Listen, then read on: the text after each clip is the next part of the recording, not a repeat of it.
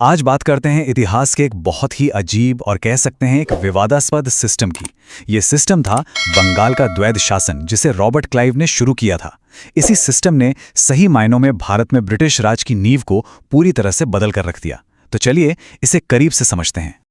लेकिन आगे बढ़ने से पहले जरा एक सवाल पर गौर करते हैं। सोचिए, अगर किसी के पास सारी की सारी ताकत हो लेकिन कोई जिम्मेदारी ना हो, और वहीं दूसरी तरफ किसी पर सारी जिम्मेदारियां डाल दी जाएं लेकिन उसके हाथ में कोई ताकत ही ना हो। बस यही एक आइडिया इस पूरी कहानी का सेंटर पॉइंट है।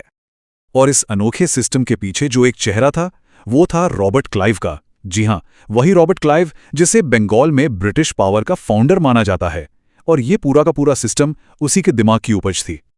और जानते हैं, एक दिलचस्प बात यह भी है कि क्लाइव बंगाल का गवर्नर एक नहीं बल्कि 2 बार बना।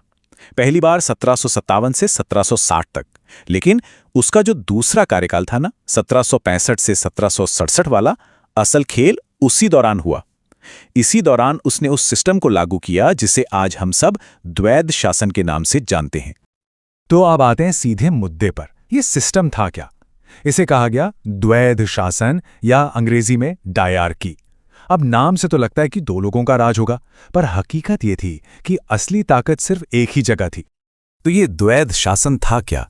देखिए, आसान भाषा में समझें तो ईस्ट इंडिया कंपनी ने सारी असली पावर, मतलब पैसा और सेना, अपने पास रख ली, और शासन चलाने की जिम्मेदारी, मतलब जो भी एडमिनिस्ट्रेशन का काम था, वो सब का सब बंगाल के नवाब पर डाल दिया। मतलब पावर कंपनी की और जिम्मेदारी नवाब की। और ये बंटवारा हुआ कैसे, वो देखिए। टैक्स वसूलना, सेना को कंट्रोल करना और दूसरे देशों से रिश्ते, ये सब कुछ कंपनी के हाथ में। और दूसरी तरफ एडमिनिस्ट्रेशन चलाना, लॉ एंड ऑर्डर बनाए रखना, न्याय करना, ये सब नवाब की जिम्मेदारी। लेकिन सबसे बड़ा सवाल तो ये था कि बिना पैसे और बिना सेना के कोई नवाब ये सब करेगा कैसे? और सच पूछिए तो यही तो इस पूरे खेल का निचोड़ था। कंपनी के पास पावर भी थी और पैसा भी, लेकिन कोई जवाबदेही नहीं थी। और नवाब के पास जिम्मेदारियों का बोझ तो था, पर उन्हें पूरा करने के लिए न तो पावर थी और न ही पैसा।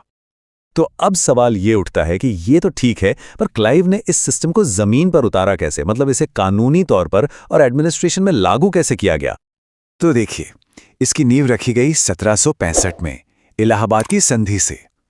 हुआ ये कि कंपनी ने मुगल बादशाह शाह आलम द्वितीय को अपने प्रोटेक्शन में ले लिया, और बदले में बादशाह ने कंपनी को बंगाल, बिहार और उड़ीसा से रेवेन्यू, मतलब टैक्स वसूलने का अधिकार दे दिया।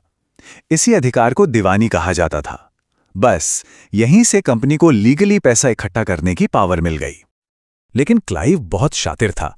कंपनी ने खुद जाकर सीधे सीधे टैक्स नहीं वसूला। उसने इस काम के लिए 2 भारतीय अधिकारियों को अपॉइंट किया। बंगाल के लिए मोहम्मद रजा खान और बिहार के लिए राजा शिताब रय। इन्हें कहा जाता था उप दीवान, मतलब काम कंपनी का लेकिन चेहरा हिंदुस्तानी। अब ऐसा नहीं था कि यह सिस्टम क्लाइव के जाते ही खत्म हो गया। अरे नहीं, इसका असर तो कई सालों तक बना रहा। क्लाइव के बाद जो गवर्नर आए, जैसे वेरीलास्ट और कार्टियर, उन्होंने भी इस सिस्टम को वैसे का वैसा ही जारी रखा। आखिरकार 1772 में वॉरेन हेस्टिंग्स ने आकर इसे खत्म किया, लेकिन तब तक बंगाल को इसकी बहुत भारी कीमत चुकानी पड़ी थी।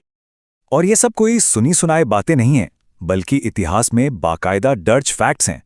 ये डॉक्यूमेंट्स हमें साफ साफ दिखाते हैं कि कैसे एक ट्रेडिंग कंपनी ने धीरे धीरे बड़ी चालाकी से पूरी सत्ता पर अपना कब्जा जमा लिया। तो हम अपनी बात वहीं खत्म करते हैं जहां से शुरू की थी। एक ऐसा सिस्टम जहां पावर तो थी पर कोई जिम्मेदारी नहीं थी।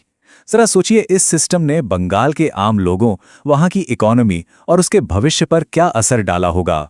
इसका जवाब, खैर, वो इतिहास के सबसे दर्दनाक अध्यायों में से एक है। जब तक न सफल हो नींद चैन को त्यागो तुम। जब तक न सफल हो नींद चैन को त्यागो तुम। संघर्ष का मैदान छोड़कर मत भागो तुम। कुछ किए बिना ही जय जयकार नहीं होती। कोशिश करने वालों की कभी हार नहीं होती।